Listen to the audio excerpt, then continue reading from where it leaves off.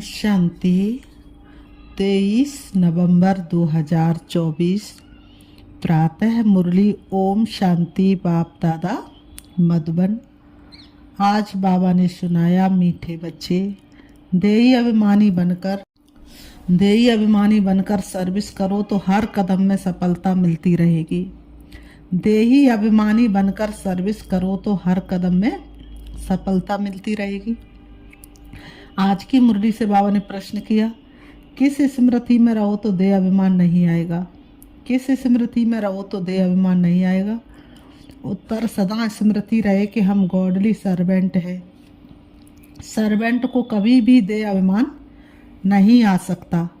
जितना जितना योग में रहेंगे उतना देह अभिमान टूटता जाएगा। दूसरा प्रश्न है, देह अभिमानियों को ड्रामानुसार कौन सा दंड मिल जाता है? देह अभिमानियों को ड्रामानुसार कौन सा दंड मिल जाता है? उत्तर, उनकी बुद्धि में यह ज्ञान बैठता ही नहीं है। साहूकार लोगों में धन के कारण देह अभिमान रहता है, इसलिए वो इस ज्ञान को समझ नहीं सकते। ये भी दंड मिल जाता है। बाबा ने कहा, ये भी सजा मिल जाती है। गरीब सहज समझ लेते हैं। ओम शांति। रूहानी बाप ब्रह्मा द्वारा राय दे रहे हैं, याद करो तो ये बनेंगे।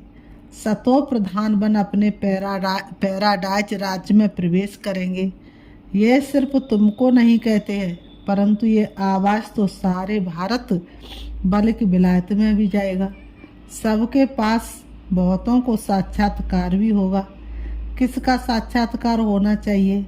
वह भी बुद्धि से काम लेना चाहिए। बाप ब्रह्मा द्वारा ही साक्षात्कार करा कर कहते हैं, प्रिंस बनना है तो जाओ ब्रह्मा व ब्राह्मणों के पास। यूरोपवासी भी इनको समझने चाहते हैं। भारत पैराडाइज था तो किसका राज्य था?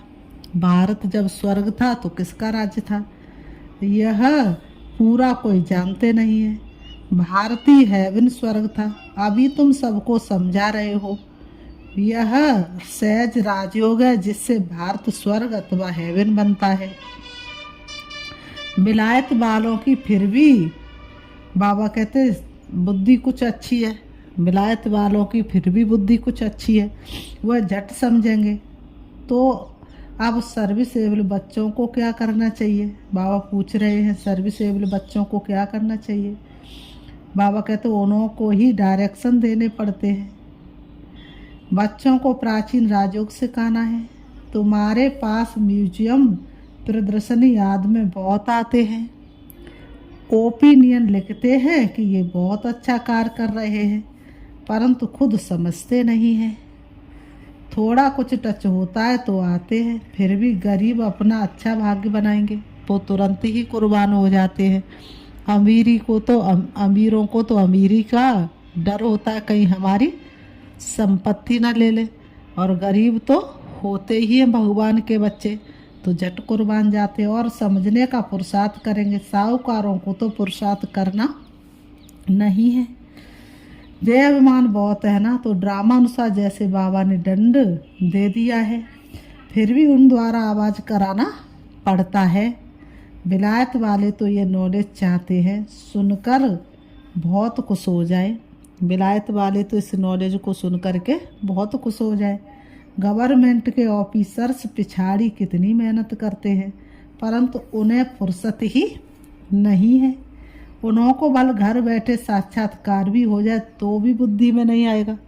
साक्षात्कार हो भी जाए तो भी उनकी बुद्धि में नहीं आएगा कि परमात्मा का कार्य धरती पर चल रहा है, भगवान धरती पर आ चुका है। तो बच्चों को बाबा राय देते, ओपिनियन अच्छी अच्छी इकट्ठी करके उनका एक अच्छा किताब बनावे। राय दे सकते, देखो कितना सबको ये अच्छा लगता है। विलायत वाले व भारतवासी भी सहज राजयोग जानने चाहते हैं। विलायत में तो भारत का कोई पहुंच जाए तो सिर्फ एक ही बात पूछते थे कि तुम्हारे भारत में कौन सा प्राचीन राजयोग सिखाया जाता था? स्वर्ग के देवी देवताओं की राजाई जो सहज राजयोग से भारत को प्राप्त होती है, तो क्यों ना ये म्यूजियम गवर्नमेंट हाउस में अंदर लगा दे। बाबा ने कहा ये म्यूजियम कहाँ लगा दे, गवर्नमेंट हाउस में लगा दे, जहाँ कॉन्फ्रेंस आदि होती रहती है। ये ख्यालात बच्चों के, ये सारे ख्यालात बच्चों के चलने चाहिए। बाबा ने कहा ऐसे ऐसे ख्यालात बच्चों के चलने चाहिए। अभी टाइम लगेगा, इतनी जल्दी बाबा कहते नरम बुद्धि नहीं होगी। गोदरेज का ताला बुद्धि को लगा हुआ है। किसका ताला लगा हुआ है? गोदरेज का। और वो भी कैसा लॉक है? डबल लॉक है, जो सहज ही खुलता नहीं है। बाबा कहते अभी आवाज़ निकले तो रिव्यू, अभी आवाज़ निकले तो रिवोल्यूशन हो जाए। हाँ, होना ज़रूर है। बोलो गवर्नमेंट हाउस में भी म्यूजियम हो तो बहुत फॉरेनर्स भी आकर देखे। विजय तो बच्चों की ज़रूर होनी है। बाबा ने कहा आखिर इस रावण राज्य में बच्चों की विजय तो ज़रूर होनी है। तो ख्यालात चलने चाहिए। देही अभिमानी को ही ऐसे ऐसे ख्यालात आएंगे कि क्या करना चाहिए, जो विचारों को मालूम पड़े और बाप से भरोसा लेवे। हम लिखते भी हैं बिगर कोई खर्चा, बिगर कौड़ी खर्चा। तो अच्छे अच्छे जो बच्चे आते हैं राय देते हैं। डिप्टी प्राइम मिनिस्टर ओपनिंग करने आते हैं, फिर प्राइम मिनिस्टर प्रेसिडेंट भी आएंगे, क्योंकि उन्हों को भी जाकर बताएंगे।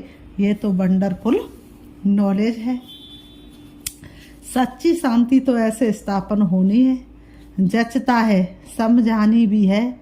बाबा ने कहा जचने की, आज नहीं जचेगी तो कल जचेगी, आज नहीं तो कल बिखरेंगे ये गम के बादल। बाबा कहते रहते हैं बड़े बड़े आदमियों के पास जाओ, आगे चल वो भी समझेंगे। मनुष्यों की बुद्धि तमो प्रधान है, इसलिए उल्टे काम करते रहते, माया के वशीभूत होकर के उल्टे काम करते रहते हैं। दिन प्रतिदिन और ही तमो प्रधान बनते जाते हैं। तुम समझाने की कोशिश करते हो कि ये बेकारी धंधा बंद करो, अपनी उन्नति करो। तुम कितना उनको जाके वैराग्य दिलाते हो, कितना बुद्धि का योग बाप से जुड़ाते, लेकिन जोड़ते ही नहीं। बाप आए हैं पवित्र देवता बनाने। आखिर वह दिन भी आएगा जो गवर्नमेंट हाउस में म्यूजियम होगा। बोलो खर्चा तो हम अपना करते हैं, गवर्नमेंट तो कभी पैसा नहीं देगी। तुम बच्चे कहेंगे हम अपने खर्चे से हर एक गवर्नमेंट हाउस में ये म्यूजियम लगा सकते हैं। एक बड़े गवर्नमेंट हाउस में हो जाए तो फिर सब में हो जाए। समझाने वाला भी ज़रूर चाहिए। बाबा कहते समझाने वाला भी ज़रूर चाहिए। उनको कहेंगे टाइम मुकर्रर करो, जो कोई आकर रास्ता बतावे, बिगर कौड़ी खर्चा जीवन बनाने का रास्ता बताएंगे। ये आगे होने का है, परंतु बाप बच्चों द्वारा ही बताते हैं। बाबा कहते परंतु बाप क्या करते हैं? बच्चों द्वारा ही बताते। अच्छे अच्छे बच्चे जो अपने को महावीर समझते हैं, उनको ही माया पकड़ती है। बड़ी ऊंची मंजिल है, बड़ी खबरदारी रखनी है। बॉक्सिंग कम नहीं है, बड़े से बड़ी बॉक्सिंग है। रावण को जीतने का युद्ध का मैदान है। थोड़ा भी देह का अभिमान ना आए, मैं ऐसी सर्विस करता हूँ, ये करता हूँ।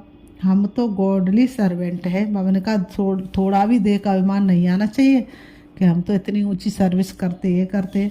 हमको पैगाम देना ही है। इसमें गुप्त मेहनत बहुत है। तुम ज्ञान और योग बल से अपने को समझाते हो, इसमें गुप्त रहे विचार सागर मंथन करे तब नशा चढ़े। इसमें तो गुप्त रीति से क्या करे, विचार सागर मंथन करे तब तुमको नशा चढ़े। ऐसे प्यार से समझाएंगे। बेहद के बाप का वर्षा हर कल्प भारतवासियों को मिलता है। 5000 वर्ष पहले न लक्ष्मी नारायण का राज्य था। भारत सोने की चिड़िया था।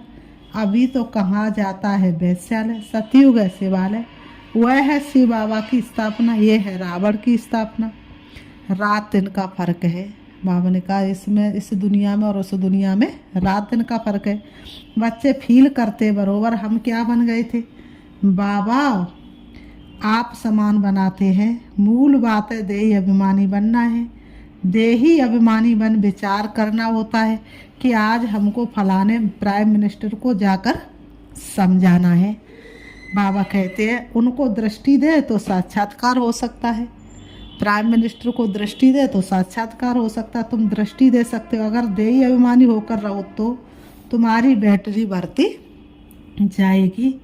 देही अभिमानी होकर बैठे, अपने को आत्मा समझ बाप से योग लगाए, तब बैटरी भर सकती है। गरीब जट अपनी बैटरी भर सकते हैं, क्योंकि बाप को बहुत याद करते हैं। ज्ञान वाला अच्छा है, योग कम है तो बैटरी भर ना सके। ज्ञान की टिकलू टिकलू तो खूब करते हैं, दूसरों को सुनाने की खूब अच्छी युक्ति निकालते हैं, लेकिन बुद्धि का योग अगर बाप से खुद का नहीं है तो फिर बाबा ने कहा तीर लग ना सके। क्योंकि देह का अहंकार बहुत रहता है, योग कुछ भी है नहीं, इसलिए ज्ञान बाण में जौहर नहीं भरता है। बाबा कहते तलवार में भी जौहर होता है ना। तलवार कितनी भी महंगी हो, जौहर नहीं होगा तो क्या कर पाएगी, जीत नहीं पाएंगे किसी को। वही तलवार 10 रुपया की और वही तलवार 50 रुपया की। बाबा ने कहा क्या अंतर है, तलवार तो एक सी है दोनों। तो वही तलवार 10 रुपए की और वही 50 रुपए की। बाबा कहते गुरु गोविंद सिंह की तलवार का गायन है। हम इसमें हिंसा की बात नहीं, देवता हैं डबल हिंसक। आज भारत ऐसा, कल भारत ऐसा बनेगा, तो बच्चों को कितनी खुशी होनी चाहिए। आज का भारत और कल का भारत, आज का युवक कल का देवता, सत्य मार्ग बतलाएगा। तो आज का भारत और कल का भारत।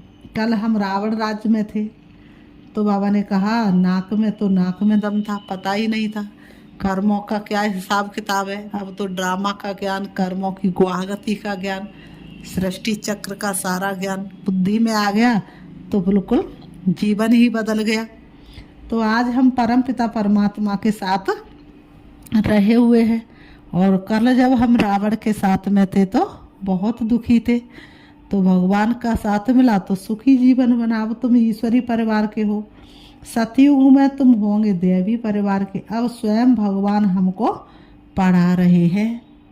हमको कितना प्यार मिलता है भगवान से, कितना प्यार मिलता है, ऐसा प्यार तो दुनिया में कोई कर ना सके।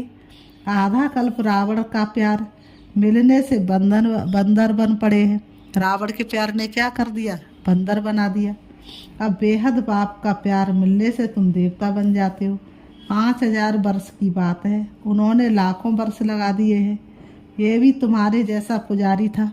कौन, ब्रह्मा बाबा, सबसे लास्ट नंबर झाड़ में खड़ा है। सतयुग में तुमको कितना था धन था, फिर जो मंदिर बनाए उनमें भी इतना था धन था, जिसको आकर लूटा। मंदिर तो और भी होंगे, प्रजा के भी मंदिर होंगे। प्रजा तो और ही साहूकार होती है, प्रजा से राजे लोग कर्जा उठाते हैं। ये बहुत गंदी दुनिया है। सबसे गंदा मुल्क है कलकत्ता। बाबा कहते सबसे गंदा देश कौन सा है, कलकत्ता। इनको चेंज करने की तुम बच्चों को मेहनत करनी है, जो करेगा सो पाएगा। दे अभिमान आया और गिरा। मन मनाव का अर्थ नहीं समझते, सिर्फ श्लोक कंठ कर लेते, ज्ञान तो उनमें हो ना सके।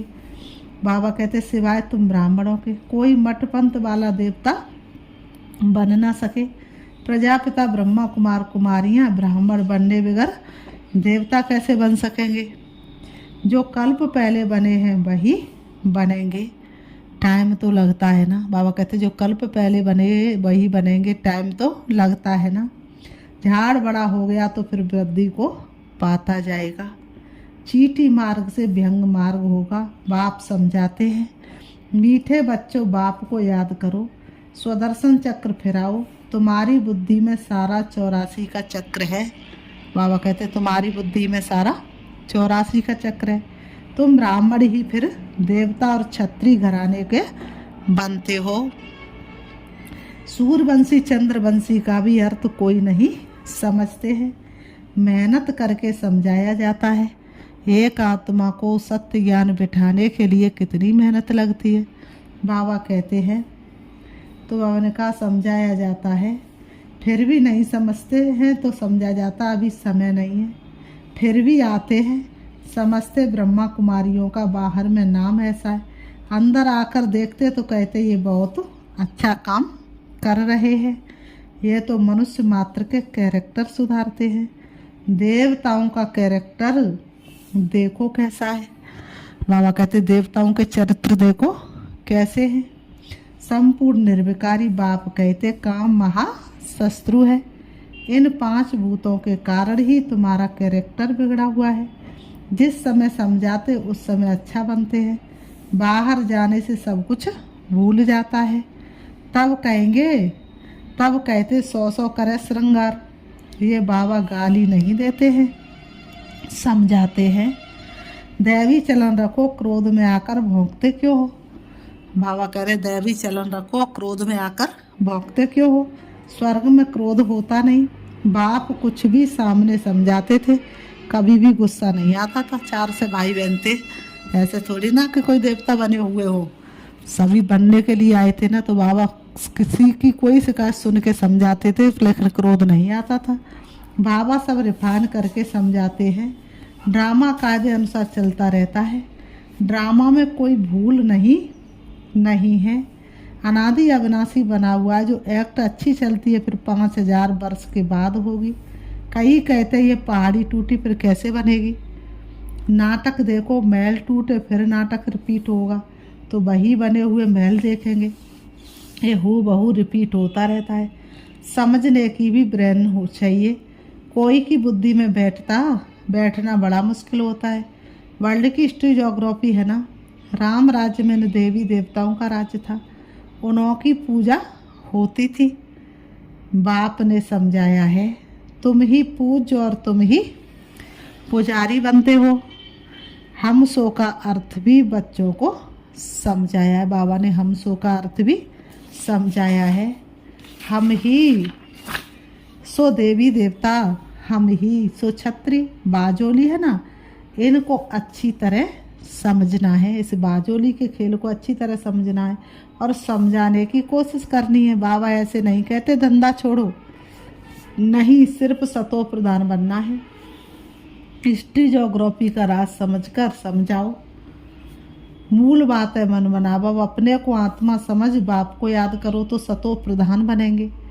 याद की यात्रा है नंबर 1। बाप कहते हैं मैं सब बच्चों को साथ ले जाऊंगा। सतयुग में कितने थोड़े मनुष्य, कलयुग में इतने ढेर मनुष्य, कौन सबको वापस ले जाएगा। इतने सारे जंगल की सफाई किसने की।